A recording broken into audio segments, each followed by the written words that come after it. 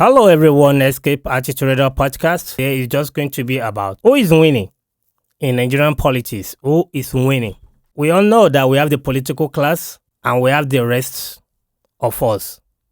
And in this situation, with the current situation of Nigeria right now, so as far back as 1999 to date, 2022, who are the ones winning in Nigerian politics? As a Nigerian, regardless of your religion, regardless of your ethnicity, regardless of your politics or political affiliation, this question you must ask yourself: who is winning in Nigerian politics? Is it the political class or is it the rest of us? With the current situation of Nigeria right now, it is very obvious and clear to our eyes that even the unborn children right now that Nigeria will have in the future to come is coming to meet a huge debt. Nigeria is in a big mess when it comes to borrowing. Yet, we're still borrowing. And this makes me come to the terms that there's no better day, there's no better time, there's no better hour or better opportunity to sit and to talk to ourselves that in this democracy that we're practicing, is Nigerian state winning or the politicians? Who are winning? Who are the one winning? Is this actually a democracy of the people or a democracy for the political class? We're all aware now in Nigeria the ASU strike that has been going on for months and is yet to be resolved. The problem now is the students. The hours that they have missed is missed for life. I am not sure if there's going to be some makeup hour for the hours that they lost. And again, I'm still going to ask you this question again. Who is winning? Who is losing in Nigerian politics? Now, another election is coming that will send the present administration, that will send them packing come 2023. The problem now we are having in Nigeria is the fact that we are electing and we keep electing incompetent people with low intellectual capacity to manage the affair of over 200 million of Nigerians. And I say this, that when we have people with intellectual capacity who know how to manage resources, when we have people that have the ability to channel Nigeria towards the right direction, yet we keep electing people with mental derail. Nigerian people keep electing leaders that are void of ideas. And since 1999 to date, this is where we find ourselves. Yet, we have some Nigerians that still want to be going in this direction of destruction, which I believe we are supposed to make a U-turn instead of us proceeding in this destructive manner, that some small minute group of people can sit down and decide our fate, that they believe it is their right to install and uninstall, to decide the fate of over 200 million intellectual people. And we are okay with it. And most people see nothing wrong with that. And in all of this that is going on, we still have majority of our people. Their voting is not based on competence. Their voting is not based on ideas. Their voting is not based on integrity. Their voting is based on biased mind. That is my kinsman. It relates with my religion. Even though it is glaring in their face that the candidate they choose is incompetent, that the candidate they are voting for has nothing to offer. And now we have another set of category that they can care less about religion, your ethnicity group, or if you are a looter or not, or if you have past history or history of being a looter. Their voting is based on the highest bidder. They are casting their vote based on how much you pay them. These are one category of people that Yoruba people have this slogan for. Actually, that Nigerian politicians have this slogan for in Yoruba language. They call them Dibo Kosebe. This category of Dibo Kosebe people are worse than a virus. Probably some people will argue that you cannot blame them because hunger is everywhere And their belief is that whatever they can get now from the politician is what they get for the next 4 years. I understand. I quite understand you. If whatever you are getting now is not going to carry you for the next 4 years, and you have been doing this probably from 1999, getting money, vote, dibo, kosebe. And if the money will not even last you for a whole month, why can't you sacrifice and make this 2023, make it a turnaround and fight the good cause, fight the good fight? All right? So let's go back a bit. And now we start from 1999, the period that PDP and APC have been ruling Nigeria.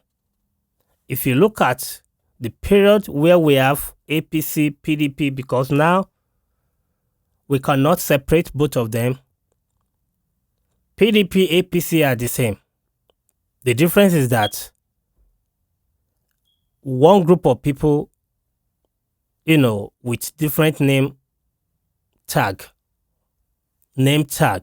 because there is PDP in APC and we have APC in PDP. They're switching party, but they are of the same, they are of the same energy, they are of the same mindset. These are people with the same ideas. So do not think PDP is better than APC or APC is better than PDP. No. These are still politicians switching parties. They are the same.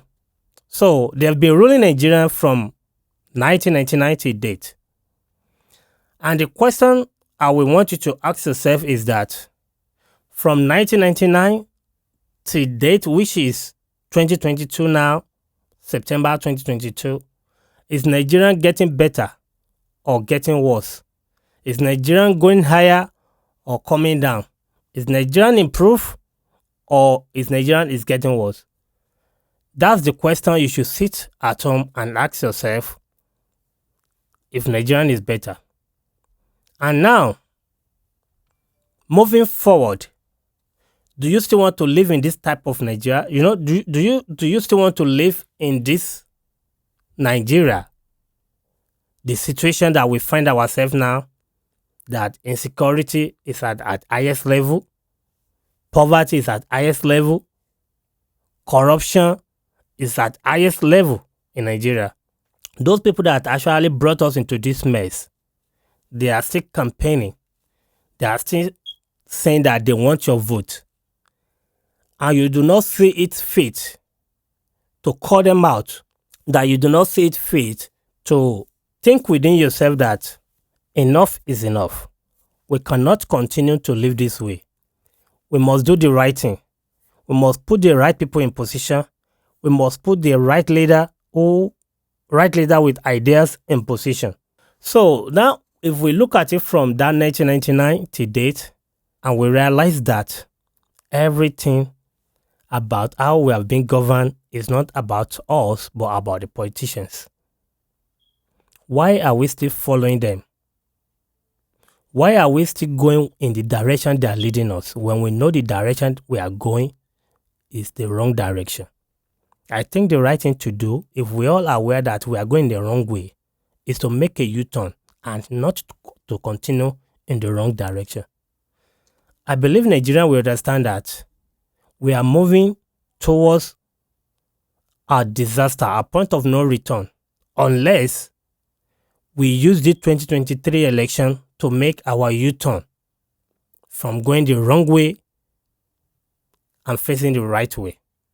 And the only way we can do so is by letting go of your ethnicity, bigotry, letting go of your religious bigotry or probably your region, and have a change of heart that the progress of this country matter to you, that the reputation of this country matter to you. Why can't we as Nigeria stop electing people with low intellectual capacity and embrace people with ideas that can channel Nigeria in the right direction with total transparency, and zero tolerance for corruption. Why can't we vote for people with competency? So now that 2023 is coming, how are you going to cast your vote? Is it still going to be the same old same? Voting because someone is from your region, or is from your religion, or is from your ethnicity group, even though he's not competent? Or are you voting based on the highest bidder, whoever that can buy you, or whoever that is capable of buying your vote? Is that how you are going to vote this 2023? Or you will erase all those mindsets and come as a new being and stand for a better Nigeria? The choice is yours. I have no right to tell you who to vote for. Like I said, everyone is going to get their breakfast. If we vote the right person, we all benefit. If we vote the wrong person, we all also get the it. Nobody is going to escape it. That's what I want us to know. So, those who are the losers are the rest of us. Like I said, we are the loser. If we vote the wrong person, if we vote the wrong candidate in power, then we are the loser. Now, we have some people that I will call the biggest loser. These are the set of people that when you have two politicians fighting, they all have their supporters. But among these supporters, you cannot find any of their family. You will not find their daughter or their son, no immediate family, no member of their family that will be on the street fighting on their behalf. They use the low-class people, people that are vulnerable. They are the ones fighting for politicians. In that process, some will get killed and lose their life. Those are the biggest losers. Some get injured and sustain some injury. Those are also the biggest losers. Okay? And now you'll be surprised that after these all hiccups, these two politicians, you see them in the club making up. You see them probably in events, shaking hands, giving hugs, exchanging pleasantry. Why their supporters are fighting and killing each other. You can remember that Atiku and President Muhammadu Buhari are in two different parties. Atiku is in PDP, Buhari is in APC. They both contest for the election from two different parties. Buhari has his supporter, while APC has they have their supporters. Buhari and PDP have their own supporter. And I'm very sure there's going to be some, people with minute brain, people with cockroach brain. They'll be fighting one another because they support Buhari, while one supports Atiku.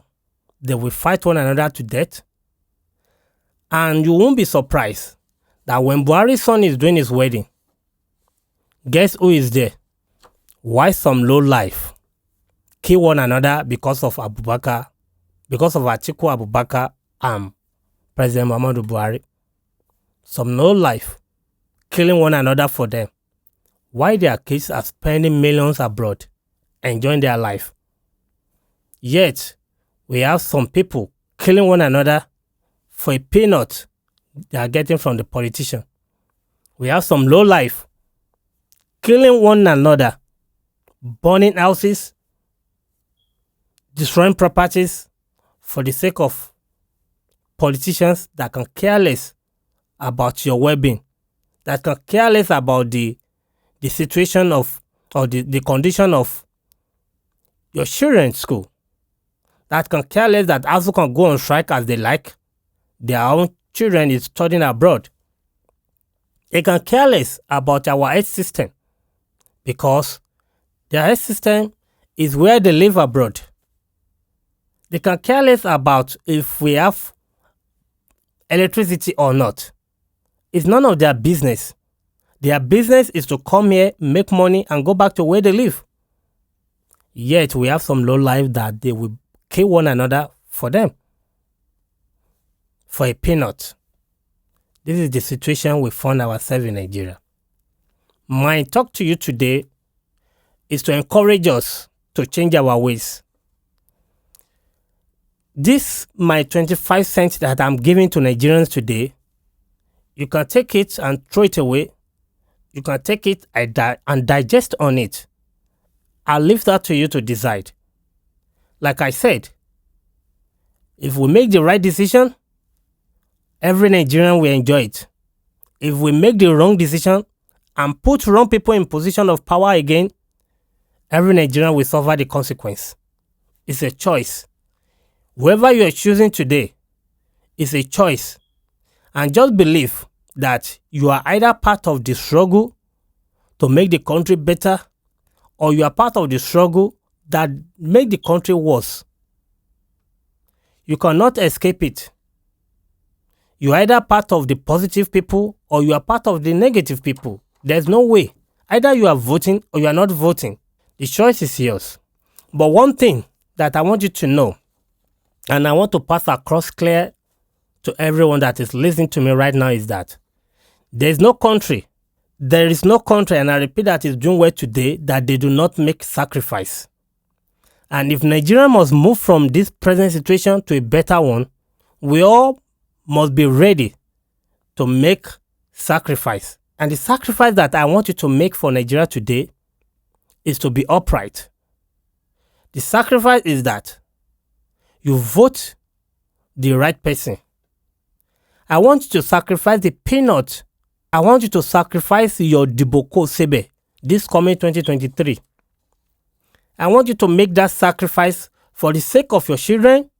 If you think their future is really important, you will make this sacrifice by making this 2023 election a different one, by making it a turnaround for good. Diboko Sebe, you must make the sacrifice that this time, I'm voting not because I want to Sebe. I'm voting because I want Nigerian to be better. Do not say your vote this time.